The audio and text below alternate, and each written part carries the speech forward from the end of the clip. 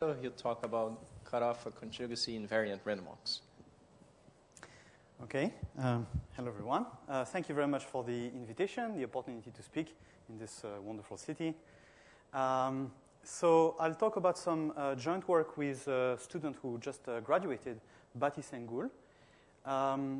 So this is about cutoff for conjugacy-invariant random walks on the permutation group. I'll say what they are. So this is a problem which, in a way, goes back to the very beginning of the story of mixing times. So let me start by kind of going back to random transpositions. I've said something about this yesterday in the open problem sessions, but this is kind of my favorite example. So remember what are random transpositions. We have a process xt in continuous time, which is obtained by performing independent uniform random transposition. Okay, so tau I are IID uniform transpositions, and NT is an independent Poisson process with rate 1. Okay, so it's just in continuous time. Okay, so xt is on the symmetric group, Sn, and so this famous theorem by Diaconis and Shahshahani in 81 is that cutoff occurs at T mix, which is 1/2 n log n. And okay, so it goes further, so the window is of order n, and in fact, it's more precise than that even. Okay, so this is, kind of the first paper that was written with this phenomenon, this cutoff phenomenon. I mean, the word cutoff came later on, but that's what they showed. And so the proof of this, I won't say much about it. So there's a lower bound which I think I discussed yesterday in the open problem session, which goes by looking at the number of fixed points. And what you find out is that before time 1/2 n log n, this random walk xt has too many fixed points compared to the uniform distribution. So that gives you a statistic which shows that the distribution before 1/2 n log n is very different from the distribution of a uniform random permutation. And so then this 1/2 n log n is really just the coupon collector problem, just because you're collecting 2 cards at once, and so that's the time it takes to collect all the cards. And the upper bound, on the other hand, is a very clever argument, which uses a connection to representation theory of the symmetric group. I hope this is readable if I write down low. If it's too small, then please interrupt. And so it's a very clever argument, fairly tricky, and so I'm not going to say much about it because I don't want to speak about representation theory. But the basic reason why it was possible for them to establish the upper bound this way, to show that the distribution after 1/2 n log n is very close to uniformity, to uniform distribution in total variation sense, is the fact that when you look at the Fourier transform of the process at time t, then because the process is defined by IID uniform transposition, which is something which is invariant under conjugacy, so there's some nice algebraic structure here, the Fourier transform becomes a diagonal matrix. Okay, and because it's a diagonal matrix, it makes it possible to do computations. And the computations boil down, after you've made this observation, boil down to computing what's known as character ratios, computing and estimating what's called the character ratios. Okay, but so the basic observation is that you have an algebraic structure which is present here, which is this invariant under conjugacy. And that shows, so that's a very basic lemma of representation theory. It's called Schur's lemma. And it shows that the Fourier transform is a diagonal matrix, and therefore you can do computations. So that's the take-home message. So, very quickly after this paper, people started thinking about, how general was this phenomenon. This was the first question somehow that people started thinking about. And people wanted to kind of see whether the arguments of Diaconis and Shah-Shahani could be shown to hold for more general random walks on the permutation group. Okay? So if there's any hope for this argument to extend, then you need, it's crucial that you have this invariance under conjugacy. Okay, so let me explain more precisely this conjugacy invariant random walks, which is the object of my talk. Okay, so fix gamma a conjugacy class of Sn. So what does that mean? So for instance, gamma could be the set of all transpositions, or gamma could be the set of all k cycles. Okay, so cyclic transpositions for some k greater than 3, or more generally, so gamma is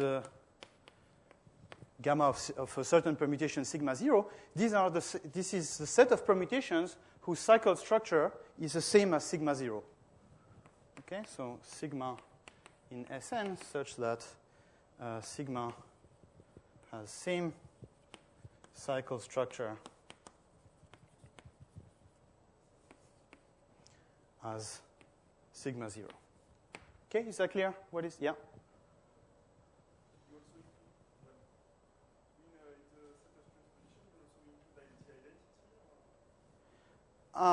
No,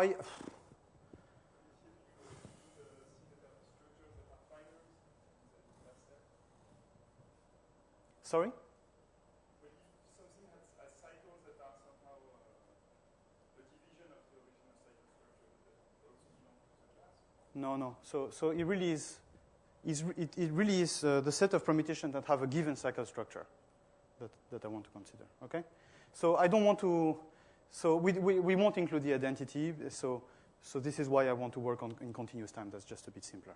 Okay. I mean, that's not so important. But so for this, okay, so the point is that gamma is a set of permutations having a fixed cycle structure. For instance, the set of all transpositions, the set of all 3 cycles, or the set of permutations which can be written as, 2 3 cycles and 10 transpositions, okay? Is that clear? So we're going to take gamma 1, gamma 2, ... IID uniform on gamma.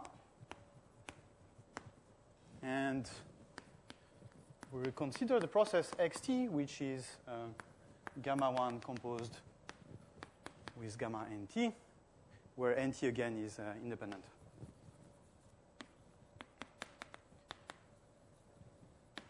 Is an independent Poisson process. Okay? So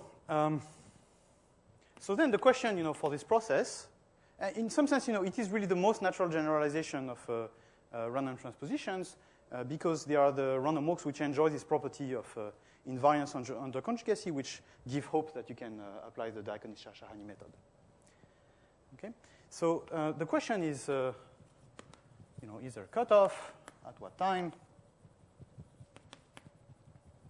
What's the window? Okay? So there's an obvious conjecture that you can make about this process.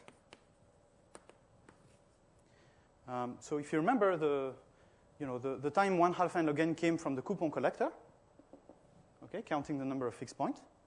So you can do the same thing here. The conjecture is that cutoff occurs at a time which is 1 over gamma times n log n.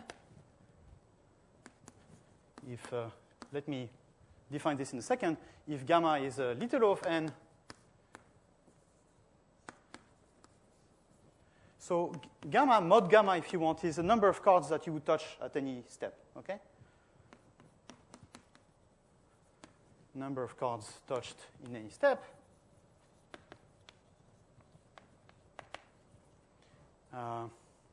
Which is also the size of the support of the permutation sigma 0. Okay? So it would be 2 if it was a transposition. It would be 3 if it was a 3-cycle. Okay? And in general, if you have, I don't know, a 3-cycle and a transposition, then it's 5. Yes? So is the chain apart from the parity problem, is the chain always reducing? Yes. Yes, but you're right. There is a parity issue.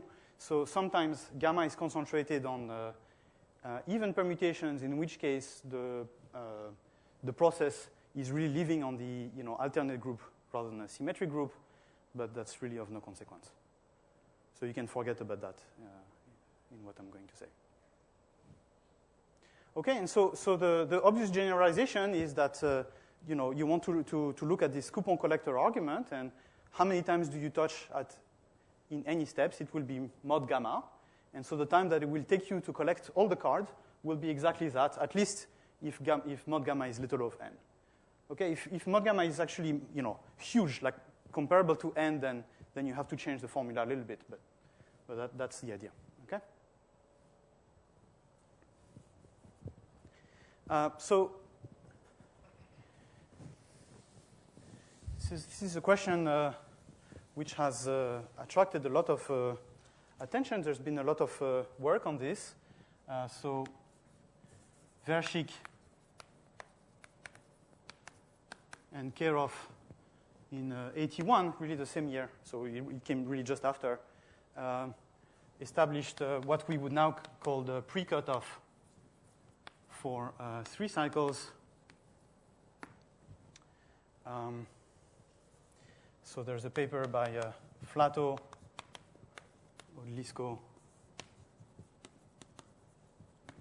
and Wales, I think 85 on this. There's so Reuschmann, a series of papers in 96. So he established a pre-cutoff kind of in fairly big generality. Okay, so without any assumption on the conjugacy class other than the fact that its size is little o of n. And I think this is also formally where the conjecture appears in print. But so then people worked out, so people tried to extend the approach of Diaconis and Shahshahani to kind of small conjugacy classes. So k cycles for k less or equal to 7, I think, was proved by Sandrine Roussel. And there was work by Luloff and Pak. Forgot the year, actually. But this is on big conjugacy classes. So proving the conjecture in the case where gamma is actually macroscopic, okay, so of size comparable to n.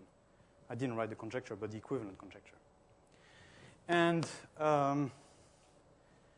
so more recently, there's a paper by myself, Oded Schramm, and Zaitouni, where we established the conjecture for k cycles, and k is arbitrary. Fixed but arbitrary. And more recently, I was informed that Bob Howe established this for k equals little o of n. Okay, so k cycles where k is little o of n. So this was 2011, And this is, I don't think it's appeared yet. Okay. So the progress I want to report is that we were able to prove the conjecture without any assumption on the conjugacy class. Okay, so the theorem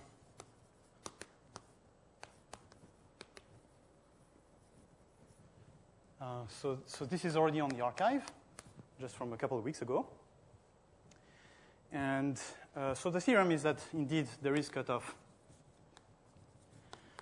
at 1 over gamma n log n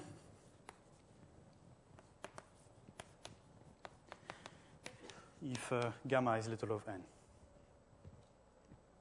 Okay, so I should say that in this paper with Oded and Ofer, we were able to get also the size of the window, which is when k is fixed is of order n. Here the proof does not give the window. Okay, so we don't know what the window.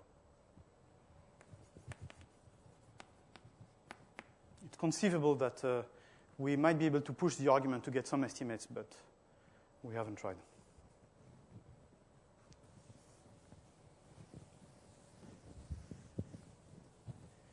Okay.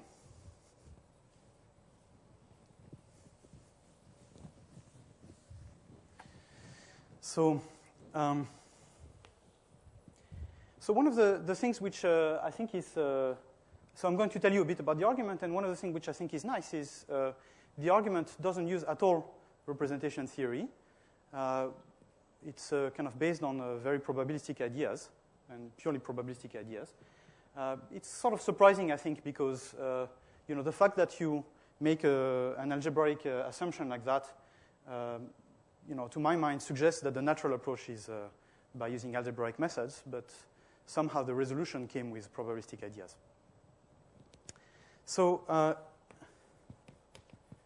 let me sketch the proof, or some ideas in the proof anyway. So of course the lower bound is easy because it's just the coupon collector again, so I'm not going to do that. So it's really just the upper bound. Why is the random walk mixed after this many steps? And just to clarify things, to explain where the main new ideas come from, I'm just going to do that in the setup of random transpositions. Okay, so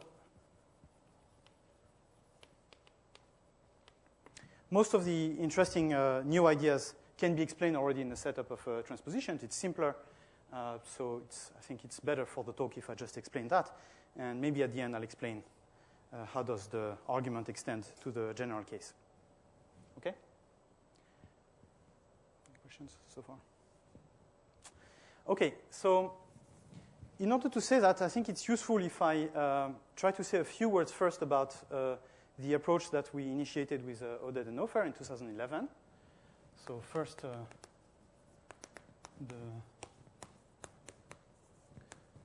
the approach in this paper.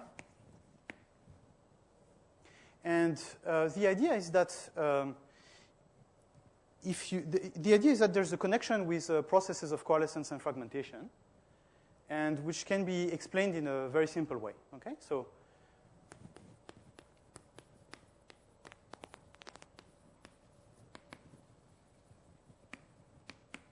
what is this? The idea is that if I perform random transposition and I observe the cycle structure, then the cycles perform a process of coalescence and fragmentation. So how does it work?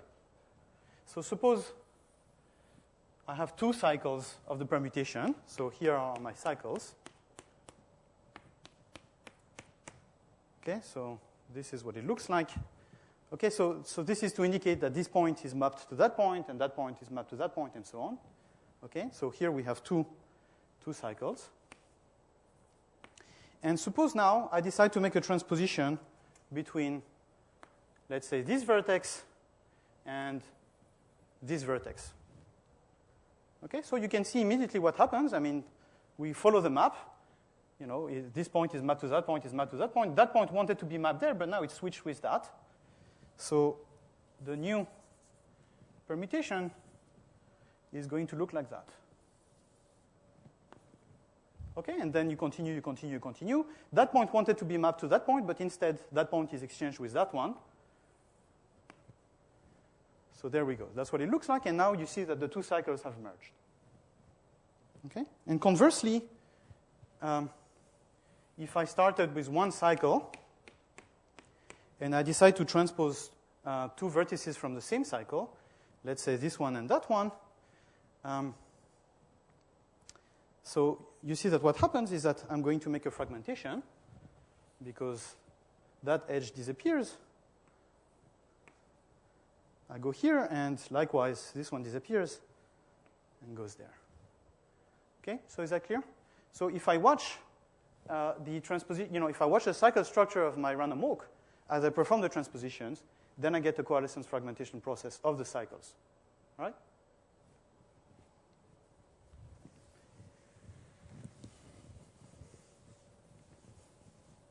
So that's very nice. There's an important object that you can introduce once you've made this observation, and this is a certain random graph. So you build the graph GT as follows. You say that I is going to be connected to J in this graph. So it's a graph that evolves. So I is going to be connected to J in this graph at time t if and only if the transposition occurs, the transposition ij occurs before time t.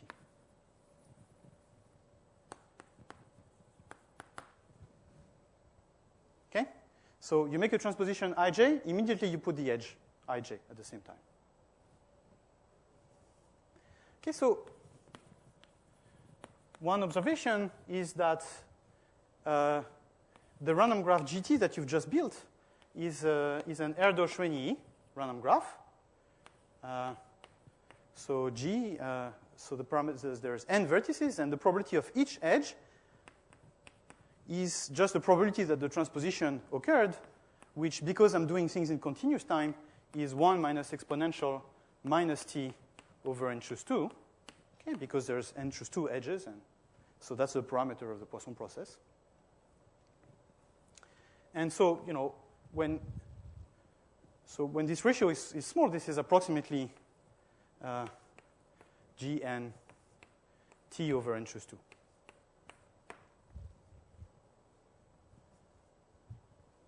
Okay?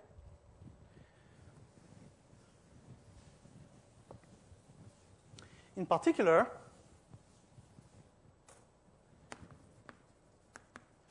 if I choose t to be of the order Cn over 2, and C is some strictly positive constant, which is fixed, then you see that GT has a giant component, a unique giant component. Let's call it C. Of course, provided that C is greater than 1, strictly greater than 1. Okay? Okay, so that's good. I've built the graph. Now, what's the connection between the random walk XC and this graph, GT? So the observation is simply that because of this coalescence fragmentation structure, if you have a cycle, so any cycle, I don't know, gamma of the permutation xt, so you look at the points in this cycle, they have to be connected to within the same connected component of GT. So E is a subset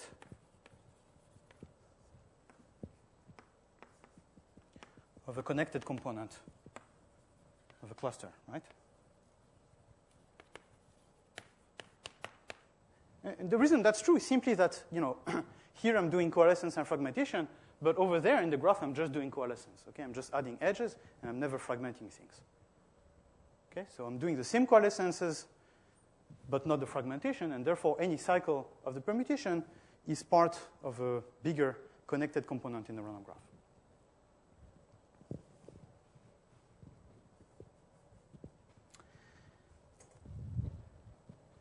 Now, in this paper, so this is something that was known before. I used it already in my PhD thesis with Rick Durrett. But there's something very nice, which is that if you look within the giant component,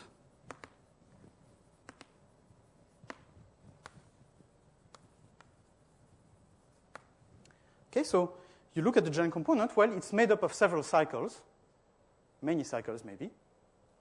Some of them might be small, some of them might be giant. Then Schramm, Oded Schramm in 2006, proved that the cycles are well mixed. Okay, so I'm being a bit vague here about what this means. But essentially, you should think that the cycle structure within the giant component is not too different from that of a uniform permutation within the giant component. At least that's true of the big cycles. So let me write big cycles, and this turns out to be important. Okay, so the idea, given this observation, the idea of the paper with Oded and Ofer was simply that, you can run this process until the random graph is connected. That happens at time 1/2 n log n. That's, again, the coupon collector problem. And, at that time, the giant component is everything by definition. And within that giant component, what you see is basically a uniform random permutation. That's what Schramm's result tells you. Okay? So how long does it take for you to be uniform? Well, it takes exactly the same time as for the random graph to be connected, and that happens exactly at time 1/2 n log n. So end of the story. Okay, so that explains what's happening. How do you converge to equilibrium? Is that clear, more or less? I see some people frowning. Okay, so let me say it again. You start at a time where the random graph is supercritical, so there is a unique giant component. Schramm tells you within the giant component, the distribution of the cycles is more or less the same as that of a uniform permutation within that giant component. So you let time evolve, the giant component grows, until at some point it has absorbed everything in the graph. The graph is connected. And therefore, what you see, the cycles of the entire permutation, which are the same thing as the cycles within the giant component, are uniform. That's essentially Schramm's result. Therefore, at that time, the permutation is uniform. Okay? Now, there's a big caveat in this approach, because actually,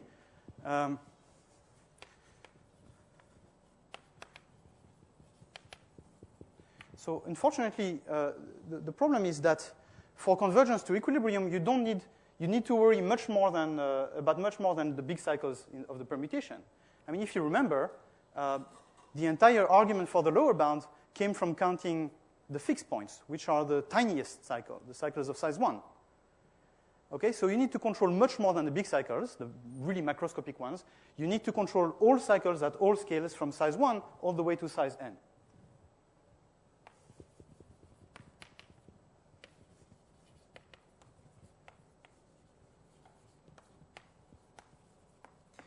And that, turned out to be relatively messy. We could do it, but somehow the way that we found out to control the small cycles, would be very difficult to generalize to kind of arbitrary conjugacy classes. So we were able to do it for the case of k cycles with k fixed, and that was already quite difficult. So in the new approach, so let me say from the start that one of the things that certainly I find very nice with this new approach is that we absolutely never have to work with small cycles. And that appears like some kind of paradox, because how can you prove convergence to uniformity if you don't know the distribution of the small cycles? But somehow we never have to put our hands on it, and it's all taken care of by some fairly abstract machinery, which we never have to look too closely into. So there are two main new ideas.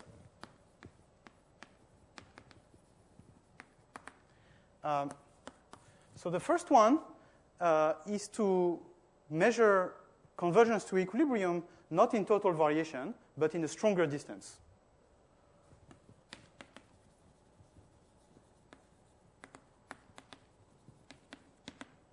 And the distance that we're using is the L1 Kantorovich or Wasserstein distance. I gave this talk in January at IHP, and I call it the Wasserstein distance.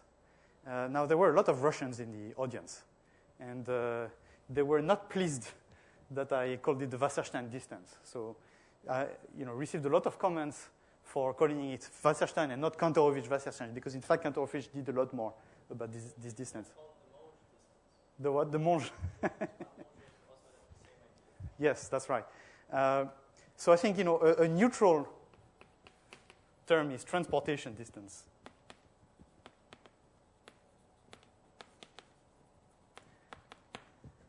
Okay, so what is this notion? If you haven't encountered it before, if you have two distributions, mu and nu, and here I'm thinking of on Sn, the permutation group, then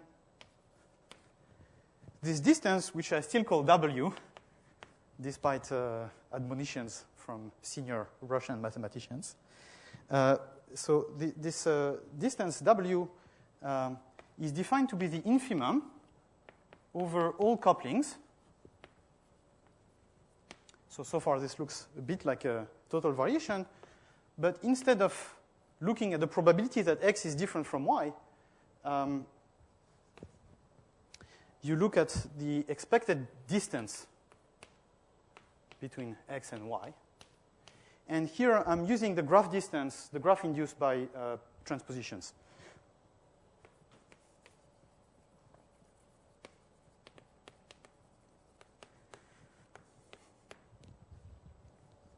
Okay?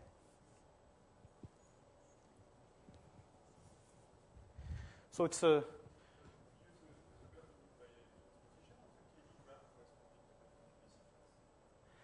so it's a very good point. When I have in mind the generalization to arbitrary conjugacy classes, in fact, I will still use this distance. Thanks.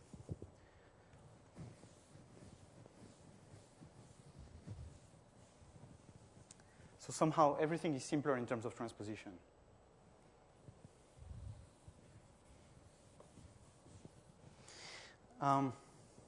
Okay, you can see that this is stronger.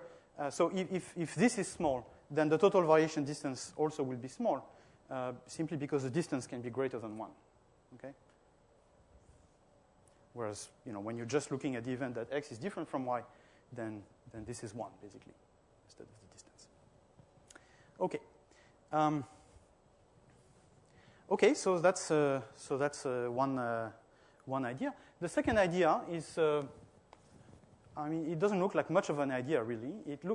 The idea is that instead of trying to look at what happens all the way to time 1/2 n log n, I'm going to split this time into intervals of size approximately n and try to estimate how much the L1 Kantorovich-Wasserstein distance has been reduced during that interval of time, and then use some kind of contraction or submultiplicativity. Okay, so split into intervals of size a big constant times n really, and then exploit contractivity.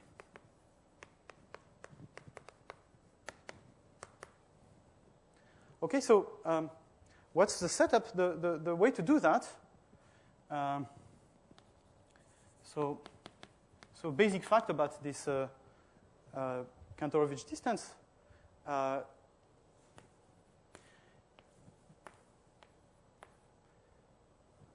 So if I have two distributions on the permutation group,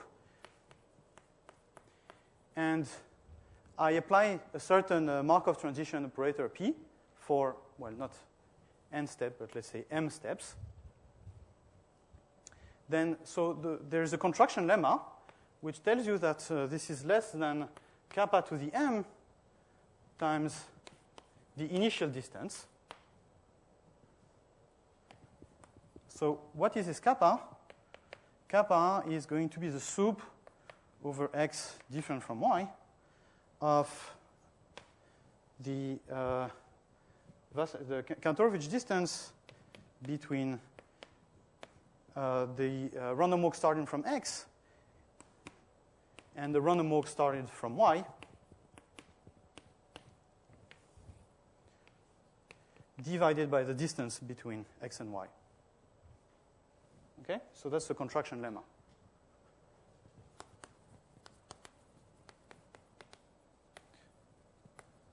Oh, I should say something very important. The use of this distance in mixing time is really not new.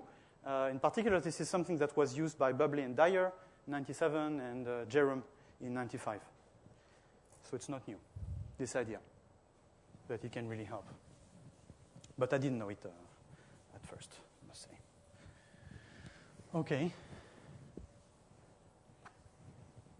Now, I want to use this contraction lemma, but not with one step of the random walk, rather with order n steps. Okay, so if I do n times t steps, and let's stick in the uniform distribution pi, then this is going to be less than kappa to the m times the Wasserstein distance between mu and pi.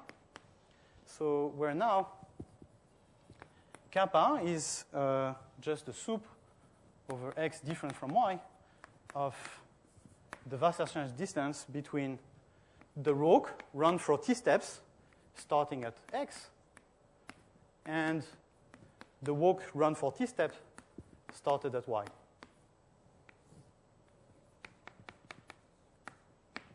Okay? So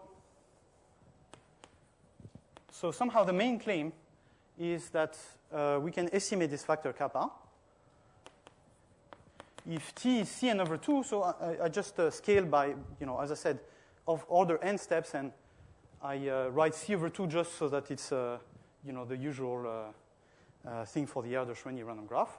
So if t is Cn over 2, then kappa is less than 1 minus theta to the 4. So I should say theta of c to the 4. So theta of c is going to be just the size of the giant component.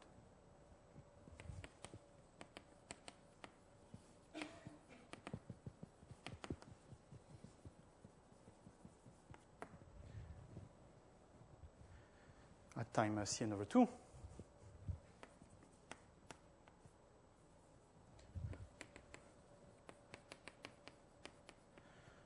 So in other words, it's a probability of survival of a Poisson-Galton-Watson tree where the offspring distribution is a Poisson with mean C.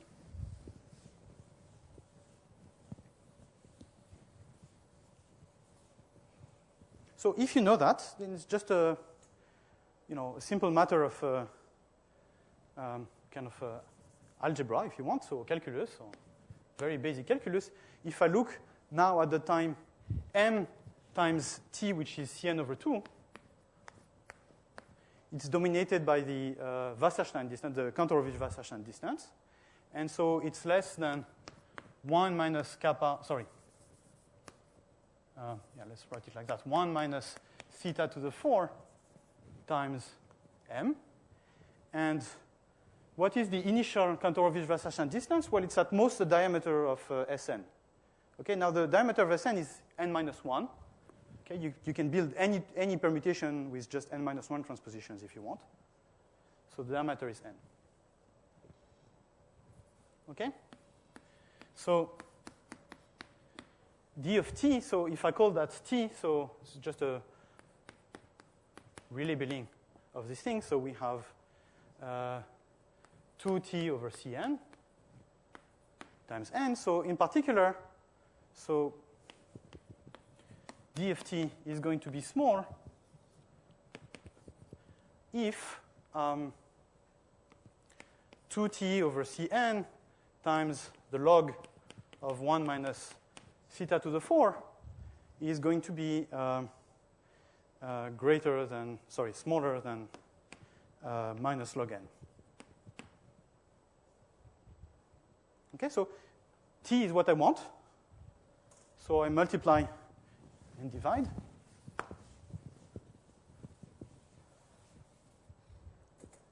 And I get t is going to be greater than 1/2 n log n times c divided by minus log of 1 minus theta to the 4. C is a free parameter, so I'm free to do whatever I want to with it. And the point is that as c tends to infinity, this thing tends to 1. And that's somehow a consequence of the fact that theta, the size of the giant component, tends to 1 very, very fast, exponentially fast. Okay, so when you're looking at time Cn over 2, the giant component fills up a very big proportion of the graph. Something which is 1 minus something which tends to 0 with C exponentially fast. Okay? Okay. So I guess the main claim, the main thing to prove is this claim here.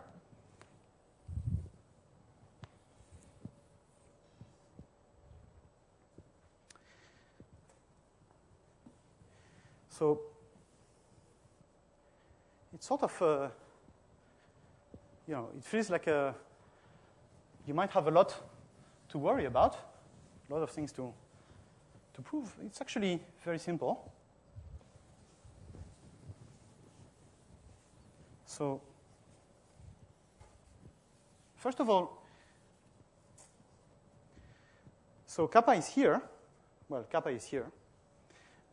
First of all, there's just a simple fact. Because of the triangle inequality, I can compare, instead of comparing the random walk starting from x and starting from y, where x and y are arbitrarily far apart, so because it's scaling by the distance between x and y, I can assume that x and y are very close together. I can assume that they're at distance 2.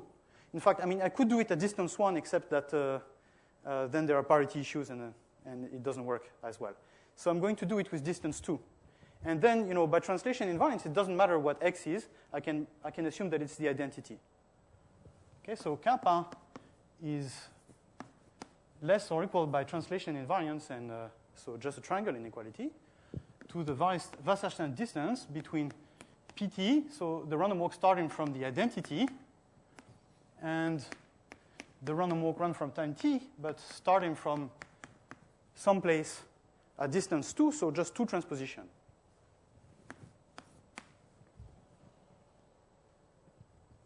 Divided by 2. Doesn't matter. Now, so what is this? So what do we want to do? We want to compare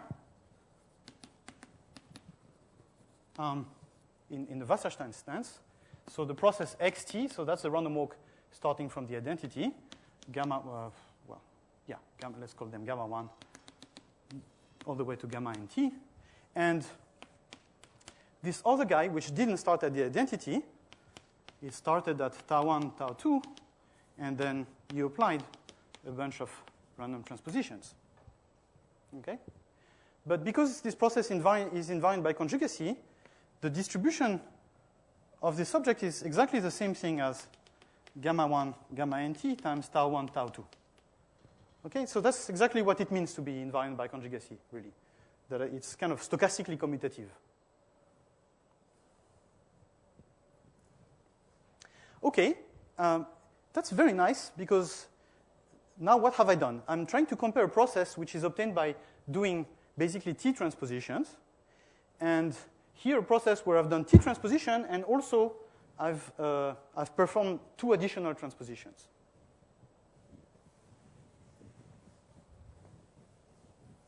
And there's a certain probability that these 2 extra transpositions, they both fall within the giant component. Okay, so with probability greater than theta to the 4, both the transposition tau 1 and tau 2 fall within the giant component. Okay, because we're selecting 4 points uniformly, and each of them there's probability basically theta that they fall into the giant component. Theta is the size of the giant component. And when this happens, you're in very good shape.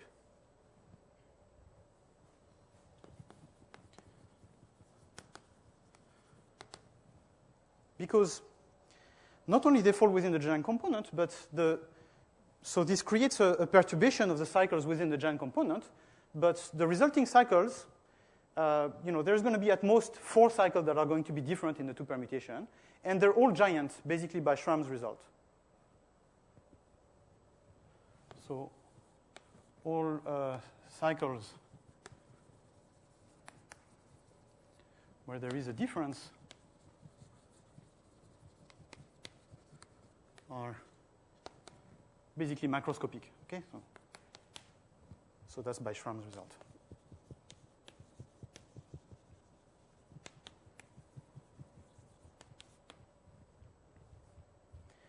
Now, when that's the case, you have 2 permutations that look almost exactly the same, where 4 giant cycles are different in one permutation and the other, and you're just going to want to make sure that you can couple that in a few units of steps. Okay, and because the cycles are giant, you're going to touch them very quickly in all the 1 unit of steps, and there's only 4 cycles where there's a difference, so you can make a coupling very quickly.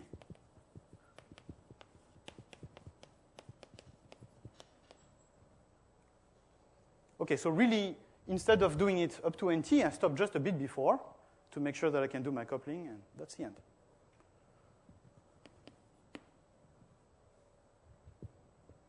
Okay, because with probability theta to the 4, I've managed to reduce the distance by 2, really. Okay, the distance becomes equal, so I've reduced by 2, so this thing here will be exactly what I want. Okay?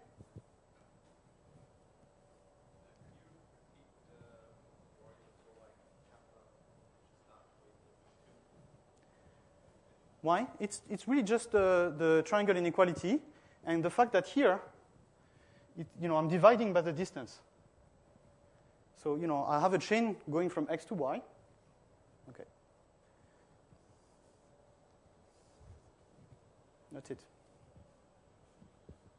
Right? Okay, so maybe just, I don't know, how much time do I have? Maybe I have about, 10 minutes, something like that? So I think just in the remaining time, I'll just say a few words about how do you generalize this approach when you're dealing with conjugacy classes which are arbitrary.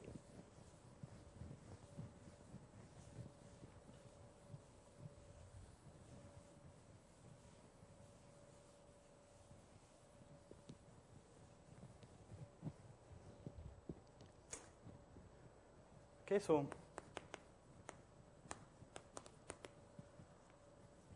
by the way, I should say that here, technically, you have to do something. You have to explain how do you do the coupling in big O of 1 step. It's pretty clear that you're going to be able to do it with something sensible, right? You have very few discrepancies, and the discrepancies are very big, so you're going to touch them very quickly.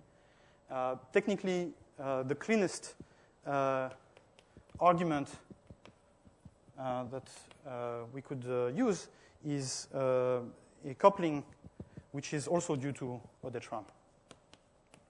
It's a variant of a coupling due to Oded-Schramm in that same paper.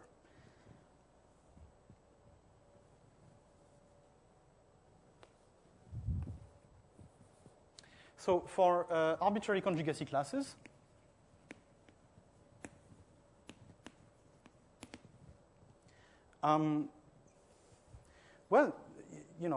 so this worked very well, so we want to stay as close to this setup as possible. And the idea is that what I can do is, if I have this composition of elements, gamma I, which are, uniform on the conjugacy class, gamma, then what I want to do is to just decompose it into transpositions. Okay, so I want to just deal with transpositions. We can always do that. So transpositions generate the symmetric group. So for all I, you can write gamma I. So gamma, the I step, in your process, you can write it as a bunch of transpositions. So tau 1 I, tau 2 I, dot, dot, dot, up to a certain number. It's always the same, mi.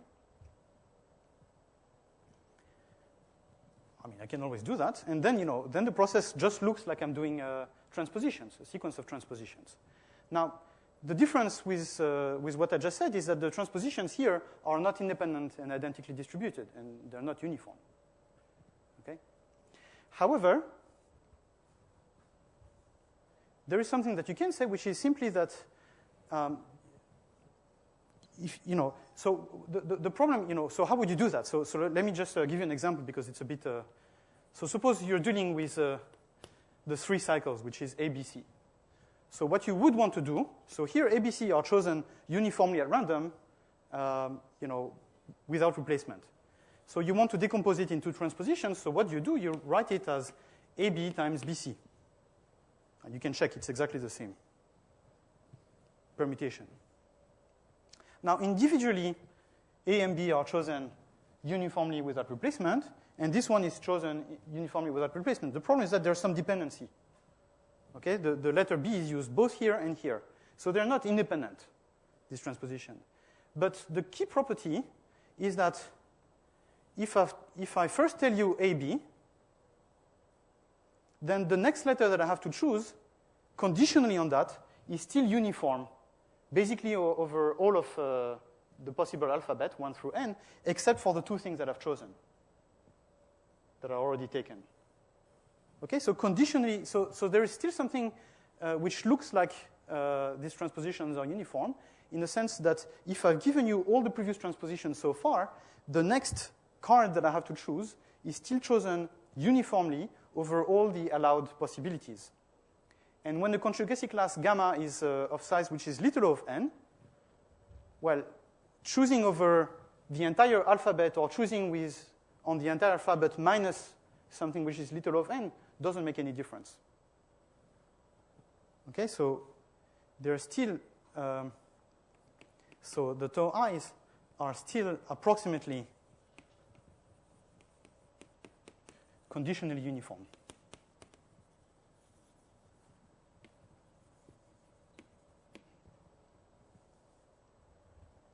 And all these estimates, in particular, for instance, if you look into the proof, so I know that I didn't say anything about Schramm's coupling, but if you look into the proof of Schramm's coupling, the only estimates that are ever used at any point are always conditional on the first card. So it's exactly in a setup which allows you to do this trick, this reduction to transpositions.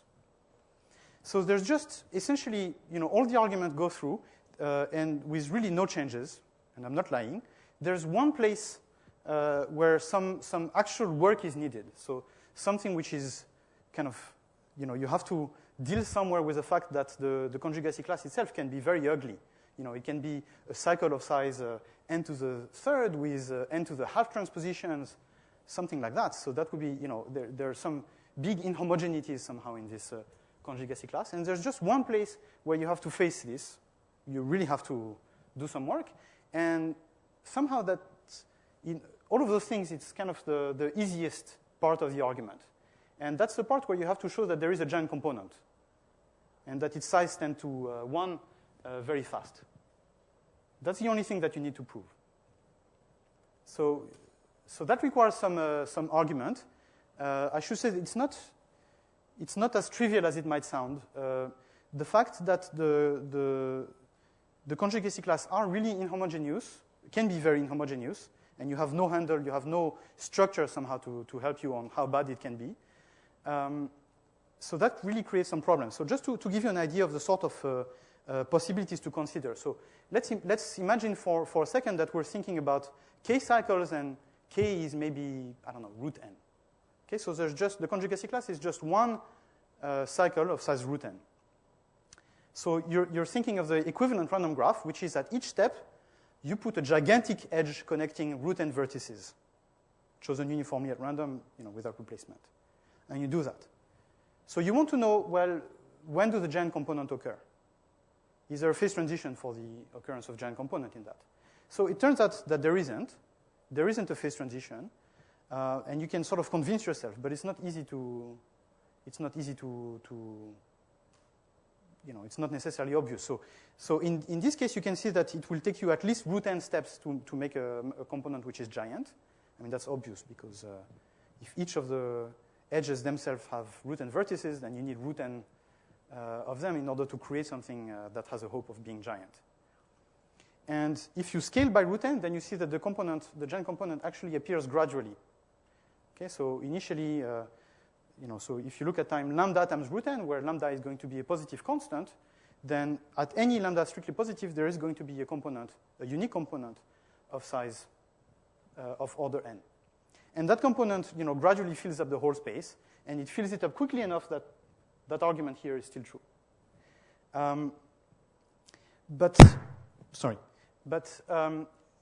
There's one thing that you have to be very careful of.